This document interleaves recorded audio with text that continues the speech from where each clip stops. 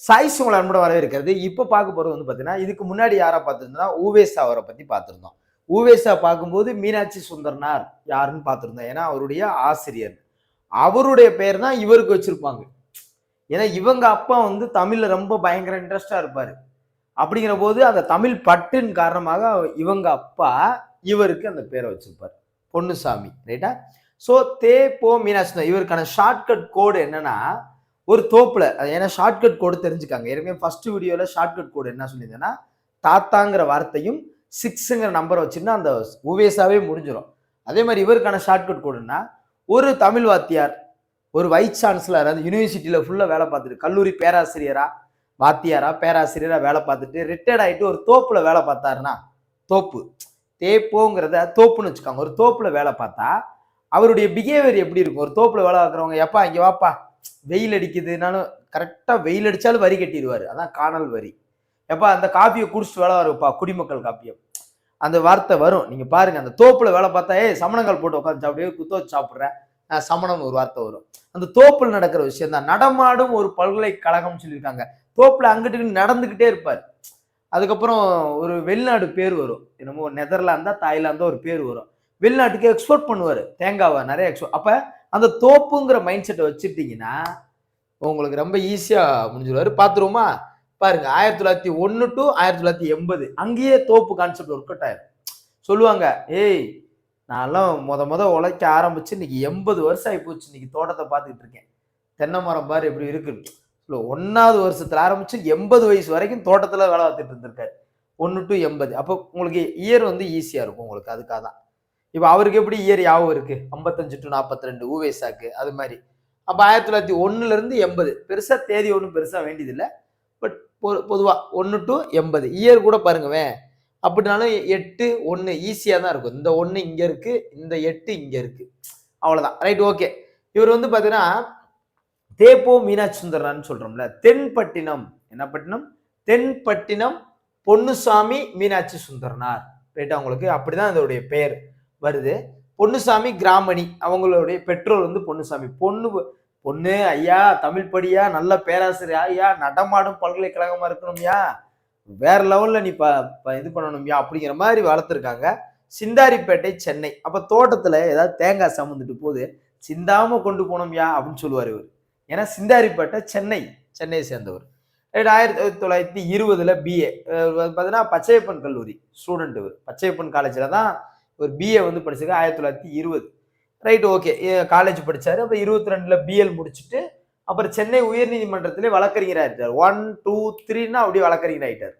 கோர்ட்ல 1, 2, 3ன்னா டக்குன்னு வந்து நின்றுவார். ஸோ வழக்கறிஞர் ஆனாரு. அதுக்கப்புறம் எம்ஏ படிச்சாரு, ஹிஸ்டரி படிச்சிருந்திருக்காரு. அப்புறம் எம்ஓஎல் பட்டம் பெற்றிருக்காரு. அதான் தமிழ் சார்ந்து நிறைய படிச்சிருக்காரு. அப்புறம் தமிழ் வித்துவான் அந்த முதல்நிலை தேர்வு மற்றும் இறுதி தேர்வு ரெண்டையும் ஒரே நேரத்துல எழுதி முதலிடம் பெற்றிருக்காரு. பயங்கரமான, அப்ப நல்லா படிக்கக்கூடியவர். அப்ப மதுரை காமராஜ் யூனிவர்சிட்டியில 66ல 1966ல வைஸ் சான்சலர் இருந்தது கரெக்ட் தானே? ரொம்ப நல்லது தானே? சிறப்பு பெயர் நடமாடும் பல்கலைக்கழகம், பன்மொழி புலவர். இதுல ஃபர்ஸ்ட் விஷயம் இதைத்தான் நம்ம ஞாபகம் வச்சுக்கணும். இவர் ஒரு பன்மொழி புலவர். ஒரு யூனிவர்சிட்டியில வேலை பார்க்கிறாரு, ஒரு வழக்கறிஞரா வேலை பார்த்திருக்காரு, எம்ஏ படிச்சிருக்காரு, ஹிஸ்டரி. அப்ப பன்மொழி இருக்கணும்ல. அப்ப பன்மொழி புலவர் இவர் தான். அப்ப தோட்டத்துல வந்து விவசாயம் பண்றாரு, வைக்கிறாரு. தமிழும் பேசலாம், தெலுங்கும் பேசலாம், கன்னடமும் பேசலாம், வெளிநாட்டுக்கு எக்ஸ்போர்ட் பண்றாரு, இங்கிலீஷும் பேசலாம், பிரான்ஸும் பேசலாம், என்னையா ஒன்று பேசலாம். அப்ப பன்மொழி புலவர். நடமாடும் பல்கலைக்கழகம் அப்படின்னா தோட்டத்தில் நடந்துகிட்டே இருப்பாரு. ரைட்டா? உங்களுக்கு மீனாட்சி சுந்தரம். ரைட். அடுத்து பத்மபூஷன் கலைமாமணி அவார்டு வாங்கியிருக்காரு. இந்த இயர்ஸ்ல ஒரு அந்த லெவல்லே வரும். அந்த 1966க்கு அப்புறம் இந்த 76, 77, 78, 79 இப்படியே வரும். புரியுது உங்களுக்கு? இப்ப பத்மபூஷன் கலைமாமணி அவார்டு 77, 78. ஃபர்ஸ்ட் பத்மபூஷன் 77. இப்ப 66ல எங்க இருக்காரு? விசியா இருக்காரு. அடுத்து 77ல பத்மபூஷன் வாங்கிட்டாரு. பத்மபூஷன் வாங்கணும்னா அடுத்து கலைமாமணி வாங்கிட்டாரு. அப்போ ஓகே. 77, 78. ரைட்டா உங்களுக்கு? அடுத்து டிலிட் பட்டம். அடுத்து வந்து பாத்தீங்கன்னா 1967ல மதுரை காமராஜர் பல்கலைக்கழகம் மொட்டையா இருக்கும். அதுல விசியா இருந்தது, அவர் தான் ஃபர்ஸ்ட் விசியாவும் இருந்திருக்காரு. அண்ட் 67ல பேராசிரியர் வேலை. அந்த ஓகே, மதுரை காமராஜ் யூனிவர்சிட்டி 67. இது அவுட் சோர்ஸ்ல இருந்து கொஞ்சம் எடுத்தது. அதனால 67 மதுரை காமராஜ் யூனிவர்சிட்டி மட்டும் வச்சுக்காங்க. அடுத்து வந்து பாத்தீங்கன்னா வச்சுக்கோங்க 76ல இலங்கை பல்கலைக்கழகம், 75ல அண்ணாமலை பல்கலைக்கழகம். இந்த அண்ணாமலை பல்கலைக்கழகங்கிறது எப்படின்னா, இவர் பயங்கரமா இவர் இருக்கிறத பார்த்து அந்த அண்ணாமலை அரசர் நீங்க வாங்க எங்க யூனிவர்சிட்டியில வந்து நீங்க வேலை பாருங்க அப்படின்னு சொல்லி அவரை கட்டாயப்படுத்தி கூட்டு வந்து வேலை பார்க்க வச்சாங்க. வேற எந்த தொழில் வேணாம், வழக்கறிஞர் வேணாம், எதுவும் வேணாம், நீங்க வாங்க அப்படின்னு சொல்லி கூட்டு வந்து 75ல இது பண்ணாங்க. வெளியே இருக்கிற சோர்ஸ் தான் அது. அப்ப பாருங்க இதுல நமக்கு ஞாபகம் வைக்கிறது பாருங்க, இந்த 75, 76, 77, 78 எப்படி வருது பாருங்க. 75, 76, 77, 78. அப்ப இந்த இதை தனியா வச்சுக்காங்க. 66, 67 இதெல்லாம் யூனிவர்சிட்டி மதுரை காமராஜ் யூனிவர்சிட்டியோடது வச்சுக்காங்க. 66 நீங்க விக்கிபீடியால போய் சர்ச் பண்ணா 1966ல காமராஜ் யூனிவர்சிட்டியில விசியா இருந்தாருன்னு போட்டிருக்கோம். 67 காமராஜர் இது காமன் இன்ஃபர்மேஷனா கொடுத்துருக்கோம். ரைட்டா உங்களுக்கு? Right, okay. இப்ப அதை விட்டுருங்க. 66ல இருந்து 10 வருஷம் கழிச்சு வருவான். 10 வருஷம் கழிச்சு வருவான். ரைட்டா? ஒரு தோட்டத்துல ஒரு தென்னை மரம் வச்சா எத்தனை வருஷம்? 10 வருஷம் அங்க வரன்னு வச்சுக்காங்க. 10 வருஷம் கழிச்சு 76ல என்ன பண்ணியிருக்காரு? இலங்கை பல்கலைக்கழகம், இலங்கை. அப்ப இலங்கையிலையும் தேங்காவோட எக்ஸ்போர்ட் பண்ணியிருக்காரு. தேங்காய் இலங்கையில பெரிய பெரிய எப்படி கேரளால பெரிய பெரிய தேங்காய் இருக்குமோ இலங்கையிலையும் பெரிய பெரிய தேங்காய் இருக்கும். ஓகேப்பா? அப்ப 76 எங்க இலங்கையில, 75 அண்ணாமலை யூனிவர்சிட்டி, 77 பத்மபூஷன், கலைமாமணி 78. இந்த இயர்ஸ் ஞாபகம் வச்சுக்காங்க. ரொம்ப ரொம்ப யுனிக்கா ஷார்ட்கட் போட்டு ஞாபகம் வச்சுக்கணும்னா தேவையில்ல, பெருசா தேவையில்ல. ஓகே, இதுவே ஓரளவுக்கு இந்த இயர்ஸ் தெரிஞ்சிருச்சு. ஓகே, 77 எங்க, 67 எங்க, 75, 76 எங்க. அடுத்து பார்த்துருவோம். இந்த தோட்டத்தை ஞாபகம் வச்சுக்கிட்டா போகுது பாருங்க. அவர் இயற்றிய நூல்கள் கேட்பாங்க கண்டிப்பா. கேட்டா தோட்டத்தை ஞாபகம் வச்சுக்காங்க. தோப்பு தான். தோப்புல என்னது? வள்ளுவரும் மகளிரும். தோட்டத்துல யாரும் வேலை வைப்பாங்க? ஜென்ஸ் மேல ஏறி தேங்காய் பிடுங்குவாங்க, மகளிர் அதை எடுத்து கொண்டு போய் ஒரு இடத்துல குமிப்பாங்க. ஸோ வள்ளுவரும் மகளிரும், அவ்வளவுதான். காணல் வரி, இது ரொம்ப முக்கியமானது. காணல் வரி. இந்த காணல் வரி வந்து பாத்தீங்கன்னா அந்த வெயில்ல கூட அந்த தோட்டத்துல வேலை பார்த்து என்ன பண்ணுவாங்க, அந்த வரியை கரெக்டா கட்டிடுவார். தோட்டத்துக்கான வரியை கரெக்டா கட்டிடுவார். அதான் தோப்புக்காரரு. அதான் தோப்போ மேலாது தேப்போங்கன்னு சொல்றோம்னா நாங்க தோப்புக்காரர்னு சொல்லுவோம். தாய்லாந்து நான் சொன்னேன் பாருங்க, இவர் தாய்லாந்துக்குலாம் எக்ஸ்போர்ட் பண்றாரு தேங்காவை. அப்ப தாய்லாந்தில் திருப்பாவை, திருவெம்பாவை பாருங்க. தாய்லாந்துல அடுத்து உலக நாகரிகத்தில் தமிழரின் பங்கு. ஆமா, உலக நாகரிகத்துல தமிழர் பங்கு, என்னுடைய பங்கு இருக்குப்பா. என் தோட்டத்துல இருந்து எல்லா விஷயம் எல்லா பக்கம் போகுதுப்பா. அடுத்து குடிமக்கள் காப்பியம். அப்பா காப்பியை குடிச்சிட்டு வேலையை பாருப்பா. அடுத்து தமிழா நினைத்துப்பாரு, நினைச்சுப்பாரு, உனக்கெல்லாம் அன்னைக்கு வேலை எல்லாம் வந்தா உனக்கு வேலை கொடுத்தேன், நினைச்சுப்பாரு. அன்பு முடி, இந்தா அன்பு முடி, ஒரு ஒரு ஒரு ஒரு ஒரு தேங்காய் முடியை எடுத்து இந்தா பிடி, வேலையை விட்டு வீட்டுக்கு போகும்போது இந்தா ஒரு தேங்காய் கொண்டு போ, ஒரு இளநியை கொண்டு போன்னு எடுத்து கொடுப்பாரு. அன்பு முடி, தமிழ் மனம். அப்படியே தோட்டத்துல வந்து பார்த்தீங்கன்னு வச்சுக்கோங்க, ஃபுல்லா தேங்காய், அந்த நாறு, அந்த இலை, அதெல்லாம் இன்னும் மனமா இருக்கு. அப்படியே தமிழ் மனமா இருக்கும். அழகா தமிழ் பேசுவார். தமிழ் மனம், தமிழும் பிற பண்பாடு தமிழர் பண்பாடு மாதிரி தான் அங்க ட்ரெஸ் கோடிங் வச்சு வேலை பார்க்கணும். பிறந்தது எப்படியோ பிறந்துட்டோம். நம்ம தோட்டத்துல வேலை பார்த்து நல்ல 4 பேருக்கு வேலை கொடுத்தோம்தே இருக்கணும். பிறந்தது எப்படியோ, பட் நம்மளோட இறுதி காலம் தோட்டத்துல தான். 80 வயசு வரைக்கும் தோட்டம் தான். 1901 ஆரம்பிச்சு 80 வரைக்கும் தோட்டம் தான். சமணத்தமிழ் இலக்கியம். சமணங்கால் போட்டு சாப்பிடு, நல்லா நிம்மதியா சாப்பிடு, 1 மணி நேரம் சாப்பிட்டு ரெஸ்ட் எடுத்துட்டு வா.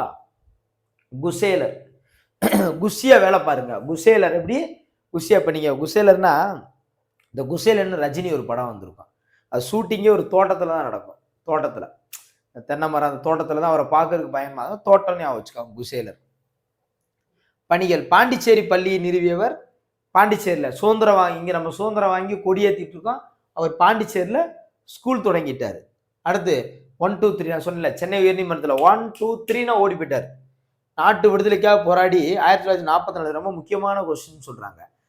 சில நெட்ல சர்ச் பண்ணா 44ல அவர் சிறை சென்றதுக்கான எந்த ரெக்கார்டு இல்ல, இருந்தாலும் 44ல சிறை சென்றாருன்னு பொதுவா நாட்டு மக்கள். 41ல தான் அவர் சிறை சென்றாரு, அப்புறம் 76ல ஒரு முறை சிறை சென்றாருன்னு சொல்றாங்க. பட் நமக்கு சோர்ஸ் என்னன்னா, இந்த கொஸ்டின் வந்து கேட்டிருக்காங்க இது முன்னாடி டிஎன்பிசில ஒரு முறை. நாட்டு விடுதலைக்காக போராடி அப்படின்னு நிறைய வெப்சைட்ல போட்டிருந்தாங்க. 1944ல சிறை சென்றிருக்காரு. சிறை செல்லும் போது கம்பி எண்ணி இருக்காரு. 1, 2, 3, 4 திரும்ப எண்ணி இருக்காரு. 1, 2, 3, 4. என்னடா எங்கிட்ட இருந்தாலும் 4 தான் வருது. 1944. Right, okay. அடுத்து அலுமினிய தொழிலாளர் சங்க தலைவர் தேபோ மீனாட்சி சுந்தரனார். அலுமினிய தட்டு பார்த்துருக்கீங்களா? 25 ரூபாய் ஒரு தட்டு. இன்னவே ஒரு தட்டு 25 ரூபாய்க்கு ஒரு தட்டு கிடையாது. அலுமினிய தட்டு கிடைக்கும். அப்ப அலுமினிய தொழிலாளர் சங்க தலைவராக இருந்திருக்காரு. அவருக்கு 25 ரூபாய் மதிப்பு ஒரு தட்டு பிரைஸா கொடுத்துருக்காங்க. Very good. மொழியியல் துறையை உயராய்வு மையமாக மாற்றியவர்.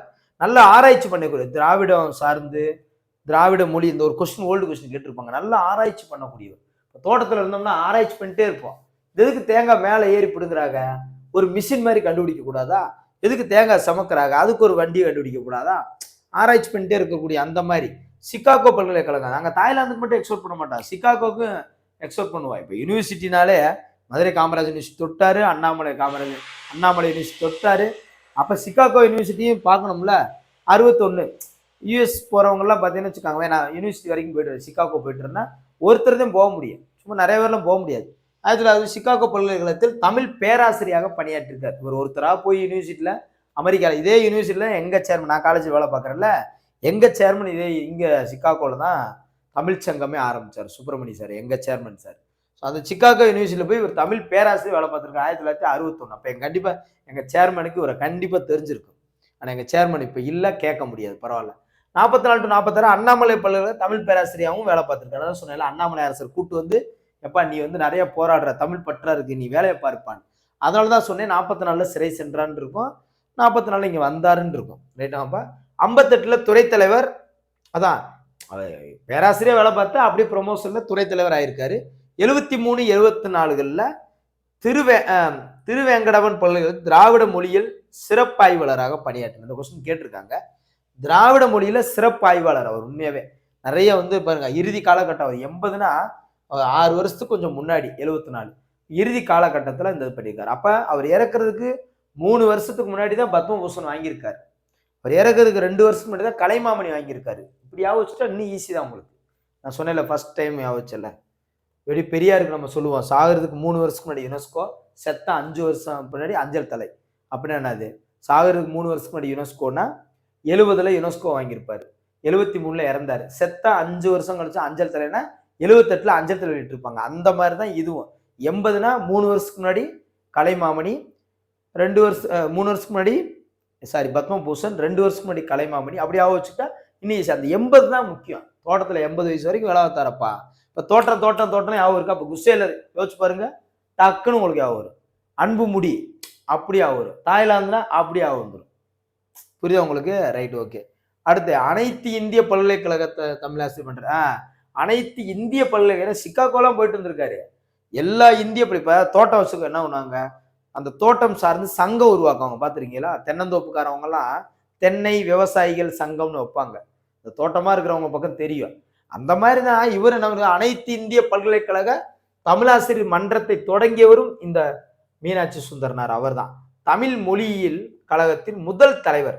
தமிழ் மொழியியல் கழகத்தின் ரொம்ப மொழிப்பற்று அதிகம். அதனால தான் மீனாட்சி சுந்தரனார் பேரே அவங்க அப்பா வச்சு விட்டார். பார்த்தீங்களா? Right, okay. தன் இறுதி காலம் வரை அதன் தலைவராக இருந்தவர் மீனாட்சி. 80 வயசு வரைக்குமே தலைவராக இருந்திருக்காரு. அடுத்து தமிழ் நூல்கள் அப்படின்னு எடுத்துக்கிட்டா கால்டுவெல் ஒப்பிலக்கணம், நீங்களும் சுவையுங்கள். எப்படி? கால்டுவெல் ஒப்பிலக்கணத்தை நீங்களும் சுவையுங்கள், வள்ளுவர் கண்ட நாடும் காமமும், இலக்கிய வரலாறு கல்வி சிந்தனைகள், பாட்டில் புரட்சி. இந்த தோட்டத்தில் அங்கங்கே பாட்டிலு, பிளாஸ்டிக் பாட்டிலு, கண்ணாடி பாட்டிலாம் கிடச்சி எடுத்து வெளியே ஓட்டுருவார். அது ஒரு புரட்சி தானே. ஆழ்நிலை தியானம். தோட்டத்தில் போய் அப்படியே கண்ணை மூடி உட்காந்து தியானம் பண்ணால் அப்படியே கிளீனாக எத்தனை மரத்தில் எத்தனை தேங்காய் இருக்குன்னு தெரியும். வாழும் கலை. வாழலாம், ஒரு தோட்டம் இருந்தால் வாழ்ந்துடலாம், ஒன்றும் பிரச்சனை இல்லை. மொழியியல் விளையாட்டுகள். தோட்டத்துக்குள்ள நல்லா வாலிபால் விளையாடலாம், நல்லா ஓடி பிடிச்சி விளையாடலாம். 10 பாட்டு ஆய்வு, நாடக காப்பியங்கள், இதெல்லாம் பொதுவாக அவர் பண்ணியிருக்காரு. ஓகே. ஆழ்நிலை தியானம். அடுத்து ஆங்கில நூல்கள். இதில் இருக்கிற ஒரே ஒரு கோட் வேர்டுனா ஹிஸ்ட்ரி ஆஃப் தமிழ் லாங்குவேஜ்னா அதாவது தமிழ் சார்ந்து, பிலாசபி ஆஃப் திருவள்ளுவர்னா திருவள்ளுவர், தமிழ் எபர்ட் செய்வி. அப்போ தமிழ் வந்துகிட்டே இருக்கும். Foreign models in Tamil grammar, Tamil history of Tamil literature, அந்த தமிழ் அஸ்தட்டிக் ஆஃப் தமிழ், அந்த தமிழ் வந்துகிட்டே இருக்கும். பாருங்க. யூரோப்பியன் ஸ்காலர்ஸ் டு தமிழ் வந்துகிட்டே இருக்கும். இதெல்லாம் ஆங்கில நூல்கள் வெளியிட்டு இருக்காரு. அப்ப தோட்டத்தில் இருக்கும்போது என்னன்னா, இங்கிலீஷும் பேசுவார். பன்மொழி புலவர் இல்லையா? தோட்டத்தில் இருக்கிறவங்க என்ன வேணும்ப்பா, தேங்காய் வேணுமா, கோக்கரட் கேட்பாங்கல்ல, இங்கிலீஷ்லயும் பேசுவார். பார்த்துக்காங்க. அடுத்து புகழுரை. இவரை வந்து பல்கலை செல்வர். இந்த செல்வர், புலவர், மணி, இந்த 3 வரி வச்சுக்காங்க. செல்வர் அப்படின்னு சொன்னவர் யாருன்னா திருவாவூடுதுறைக்கு ஒரு முறை போனோம். இந்த தஞ்சாவூர் சைடு தானே இருக்கு. அந்த நெல்லை என்னதான் அப்படி பண்றாங்க, அங்க போனோம்னா அந்த நெல் வச்சிருக்கிறவே செல்லு வச்சிருக்கிற மாதிரி செல்வந்தர் மாதிரின்னு வச்சுக்கோங்க. நெல்லு செல்லு செல்வந்தர். திருவாவூடுதுறை இந்த செல்வர் ஞாபகம் வச்சுக்கோங்க. புலவர் பன்மொழி புலவர் அவரு குன்றக்குடி திருவண்ணாமலை. திருவண்ணாமலைக்கு போனோம்னா இன்னைக்கு உண்மையாவே நான் கிரிவலம் போயிருக்கேன். நிறைய ஆந்திராக்காரவங்க அந்த பக்கம் வருவாங்க. எனக்கு அப்பதான் தெரியும், ஓ இது கோயில்ல நிறைய ஆந்திராக்காரவங்க, தமிழ்நாட்டுக்காரவங்க, கர்நாடகாக்காரவங்க கலந்து கலந்து இருப்பாங்க. பன்மொழி புலவராலே திருவண்ணாமலை குன்றக்குடி ஆதினம் தான். அடுத்து பெருந்தமிழ் மணி. மணி சிவன் கோயில்ல தான் மணி டைன் டைன் டைன் அடிச்சுக்கிட்டே இருக்கு. சிவபுரி சன்மார்க்க சபை மணி. ரைட். அடுத்து நடமாடும் பல்கலைக்கழகம். நடமாடு 2 இடத்துல நடமாடுவாங்க. ஒன்று தோட்டத்தில் இருக்கிறவங்க நடமாடிக்கிட்டே இருப்பாங்க. கல்யாண வீட்டில் அங்கிட்டு நடந்துக்கிட்டே இருப்பாங்க. என்னடா எங்கடா பொண்ணை ரெடி பண்றதுக்குள்ள இது பொண்ணு அது ரெடியாகும், மாப்பிள்ளை ரெடியா, நீ ஏன்டா அலையிற? சாப்பிட்டாங்களான்னு பார்க்கணும். அப்பவே சாப்பிட்டாவே போறா, நீ ப்ரெஷர் ஏற்றி ஆஸ்பத்திரிக்கு போயிடாரா, ரிலாக்ஸ் ஆடுறாங்கிற மாதிரி நடமாடிக்கிட்டே இருக்குது. ஸோ அதை திருவிக்கா. அப்போ கல்யாண சுந்தரனார், மேக்சிமம் கல்யாண சுந்தரனார் தான் நிறைய பேருக்கு பேர் வச்சுட்டே இருப்பாரு. உங்களுக்கு தெரியும். இப்போ நடமாடும் பல்கலைக்கழகம் அங்கேயும் நடந்துகிட்டே இருப்பாங்க, கல்யாண வீட்லையும் தோட்டத்திலையும் நடந்துகிட்டே இருப்பாங்க. பன்மொழி புலவருங்கிறது இவ்வளவு மொழி தெரியும். சரி சார், இப்படி கொடுத்துருக்காங்க, இதெல்லாம் பார்க்கணுமா? அதுதான் பார்க்கணும். பன்மொழி புலவர்னா அவருக்கு 174 மொழிகளுமா சொல்லியிருக்காங்க. தமிழ் ஓகே. அடுத்து ஆங்கிலம், இது எங்களுக்கு தெரியும். தெலுங்கு, கன்னடம், மலையாளம். அப்ப நம்ம தென்னிந்திய மொழிகள் தெரிஞ்சிருச்சு. தமிழ், தெலுங்கு, மலையாளம், கன்னடம், ஓகே, இது எங்களுக்கு தெரிஞ்சிச்சு. அது போக சமஸ்கிருதம் நிறைய நூல்களை வந்து இது பண்ணா அப்ப அவங்கதே எப்படி இருக்கு, நம்மதே எப்படி கம்பேரிட்டிவ் பண்ணணும்னா அந்த சமஸ்கிருதம் தெரியணும். சமஸ்கிருதம் வந்தால இந்தி கிட்டத்தட்ட பக்கமா வந்துருச்சு. சமஸ்கிருதம் ஹிந்தி தெரிஞ்சு வெளிநாடுகளுக்கு நிறைய போறாரு. அப்ப கண்டிப்பா பிரெஞ்சு மொழி தெரிஞ்சிருக்கணும். ஜெர்மன், பிரெஞ்சு, ஜெர்மன் மொழி. இதுல நம்ம எதை நம்ம மறந்துடுவோம் அப்படின்னு பாத்தீங்கன்னா, ஆங்கிலம் பிரெஞ்சு மறக்க மாட்டான். இந்த ஆங்கிலம் தெரிஞ்சாலே நெருக்கி பிரெஞ்சு ஈஸியா கத்துக்கலாம். இந்த ஜெர்மன் மட்டும் எக்ஸ்ட்ரா வச்சுக்கணும். என்னது ஜெர்மன் மட்டும் எக்ஸ்ட்ரா வச்சுக்கணும். தமிழ் மொழியியல் ஆய்வின் முன்னோடி ஆவார். இதைத்தான் கொஸ்டினா கேட்டிருந்தாங்க. தமிழ் மொழியியல் ஆய்வின் முன்னோடி. ஏன்னா சிகாகோ போனவர், தாய்லாந்து போனவர், அப்புறம் வச்சிருக்கோம் நாம. அகத்தியலிங்கம், அடுத்து பொற்கோ போன்ற அறிஞர்கள் ஆசிரியர் மீனாட்சி சுந்தரனார். அகத்தியலிங்கம், பொற்கோ இவங்களுக்கு இவர் ஆசிரியராக இருந்திருக்காரு. சிறந்த ஆய்வு நூல் காணல் வரி. இதை கொஸ்டின் கேட்டிருக்காங்க. நான் சொல்றேன்ல, அது எவ்வளவு வெயில் அடிச்சாலும் வரி கட்டிடுவார் தோட்டத்துல இருக்கிறவர். காணல் வரி, காணல் நீர்னு சொல்றோம்ல, கண்ணுக்கு தெரியாத வரி. அது மாதிரி காணல் வரினா கண்ணுக்கு தெரியாம வரி கட்டிடுவார். எங்கிட்ட வரி கட்டி விட்டுருவார். சிறந்த மொழி நூல் அப்படின்னா தமிழ் மொழி வரலாறு. நம்ம தமிழுடைய மொழி ஒரு வரலாறு வேணும்னா தோப்புல போய் நீங்க தேடுங்க. கண்டிப்பா தோட்டத்துல போய் தேடுனா நீங்க எப்படி முருகன் சிலை கிடைக்குதோ, ஓலைச்சுவடி கிடைக்குதோ, தமிழ் மொழி வரலாறுன்னு புத்தகம் கிடைக்கும். பாத்துக்கோங்க. ரைட். அடுத்தது இப்ப என்னன்னா, இப்பதான் மாட்டிக்குது எங்க ஸ்டாஃப், டெக்னிக்கல் ஸ்டாஃப் சொன்னேன், இதை எடுத்து விடு, இது மகாவித்வான் மீனாட்சி சுந்தரனார் வேற. அந்த வீடியோ பாப்பாப்புல எங்க ஸ்டாஃப் கோபி, மகாவித்வான் மீனாட்சி சுந்தரனார் வைக்காத, எடுத்து விடுன்னு கரெக்ஷன் சொல்லி கூட சரி பரவாயில்ல, இல்லைண்ணே தெரிஞ்சுக்கு. இப்ப அந்த பையன் நாளைக்கு என்ன இல்லைண்ணே தெரிஞ்சுக்கிட்டோம் 2 பேருக்கு டிஃபரன்ஸ் அப்படி. ரைட், பரவாயில்ல, ஓகே. இது மகாவித்வான் மீனாட்சி சுந்தரனார் வேற, இவரு இந்த மீனாட்சி சுந்தரனார். அவர் 1815 தான். இது ஓல்டு புக்ல தான் அவரை பத்தி நல்லா இருக்கும். ஓல்டு சமச்சீர்ல உவே சாமிநாத ஐயர் ஆசிரியர் பெயர் மகாவித்வான். அது ஏன்னா தேப்போன்னு வரவே வராது. இந்த மகாவித்வான் வரும். அது ஒருவேளை நாளைக்கு ஒரு கொஸ்டின் கேட்குறாங்கன்னா, இந்த ஆப்ஷனுக்கும் அந்த ஆப்ஷன் 2 பேரையும் வச்சிருந்தா கூட நீங்க ஒருவேளை இவர் மகாவித்வானா இல்லையா அப்படின்னு. மகாவித்வான்னா அவரு பண்டிதர், அவரை நீங்க வந்து இது பண்ணக்கூடாது.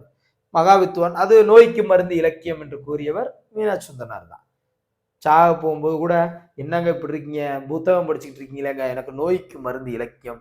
அப்ப ரைட், நீங்க படிங்க அப்படின்னு. அடுத்து திராவிட மொழிகளின் ஆய்விற்கு பங்களிப்பு செய்தவர்கள் குறிப்பிடத்தக்கவர். இந்த திராவிட மொழிகள் ஆய்விற்கு பங்களிப்பு செய்தவர்கள் குறிப்பிடத்தக்கவர், ரொம்ப ரொம்ப முக்கியமானவர்னா தேப்போ மீனாட்சி சுந்தரனார்.